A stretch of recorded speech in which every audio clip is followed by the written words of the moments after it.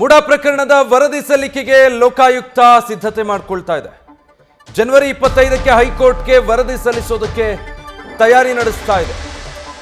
ಪ್ರಕರಣವನ್ನ ಸಿಬಿಐಗೆ ವಹಿಸುವ ಬಗ್ಗೆ ಅರ್ಜಿ ವಿಚಾರಣೆಗೆ ಸಂಬಂಧಪಟ್ಟ ಹಾಗೆ ಜನವರಿ 27ಕ್ಕೆ ಈ ಬಗ್ಗೆ ತೀರ್ಪು ಪ್ರಕಟ ಆಗೋ ಸಾಧ್ಯತೆ ಇದೆ.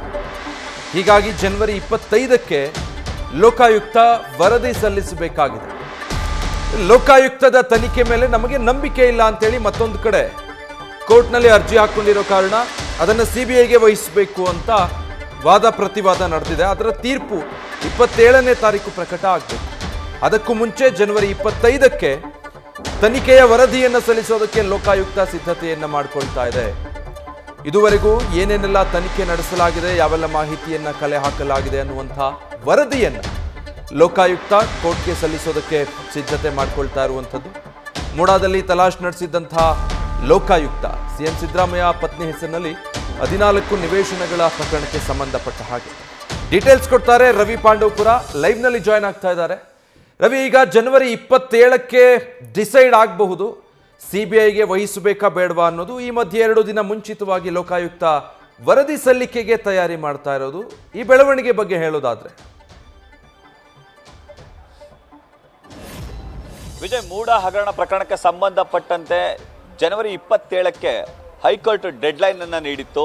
ಅಂದರೆ ಆವತ್ತು ಸಿಬಿಐಗೆ ಈ ಪ್ರಕರಣವನ್ನು ವಹಿಸಬೇಕಾ ಅಥವಾ ಬೇಡವಾ ಅನ್ನೋ ಅಂತಿಮ ತೀರ್ಪು ಪ್ರಕಟ ಆಗಲಿದೆ. ಇದರ ನಡುವೆ ಜನವರಿ 25ಕ್ಕೆ ಲೋಕಾಯುಕ್ತ ತನ್ನ ವರದಿಯನ್ನು ಸಲ್ಲಿಸಬೇಕು ಅಂತ ಹೇಳಿ ತಿಳಿಸಿತ್ತು. ಈ ಹಿನ್ನೆಲೆಯಲ್ಲಿ ಲೋಕಾಯುಕ್ತ ಅಧಿಕಾರಿಗಳಾದಂತಹ ಲೋಕಾಯುಕ್ತ SP ಉದೇಶ್ ಅವರ ನೇತೃತ್ವದಲ್ಲಿ ಮೂಡಾದಲ್ಲಿ ಸಾಕಷ್ಟು ತಲಾಶನ್ನು ನಡೆಸಲಾಗಿದೆ. ಮೂಡಾದಲ್ಲಿ ಇದ್ದಂತಹ ಸಾಕಷ್ಟು ದಾಖಲಾತಿಗಳನ್ನು ಸಂಗ್ರಹ ಮಾಡಿಕೊಳ್ಳಲಾಗಿದೆ.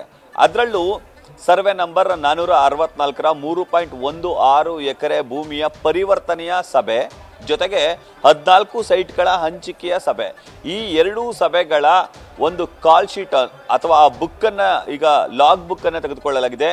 ಆ ಸಭೆಯಲ್ಲಿ ಯಾರ್ಯಾರು ಹಾಜರಾಗಿದ್ರು, ಆ ಸಭೆಯಲ್ಲಿ ಮಾಡಿದಂತಹ CCTV ಫುಟೇಜ್ಗಳು ಮತ್ತು ಆಡಿಯೋ ರೆಕಾರ್ಡ್ಗಳು ಇವೆಲ್ಲನೂ ಕೂಡ ಈಗ ಲೋಕಾಯುಕ್ತ ಅಧಿಕಾರಿಗಳು ತೆಗೆದುಕೊಳ್ಳುವಂಥ ಕೆಲಸಕ್ಕೆ ಮುಂದಾಗಿದ್ದಾರೆ. ಜೊತೆಗೆ ಈ ಒಂದು ಪ್ರಕರಣದಲ್ಲಿ ಸದ್ಯಕ್ಕೆ ಈಗ ಬರ್ತಿರುವಂತಹ ಮಾಹಿತಿಯ ಪ್ರಕಾರ ಕ್ಲೀನ್ ಚಿಟ್ ಅನ್ನು ಕೊಡಲಾಗಿದೆ ಅನ್ನೋ ಮಾಹಿತಿಗಳು ಕೇಳಿ ಬರ್ತಿದೆ.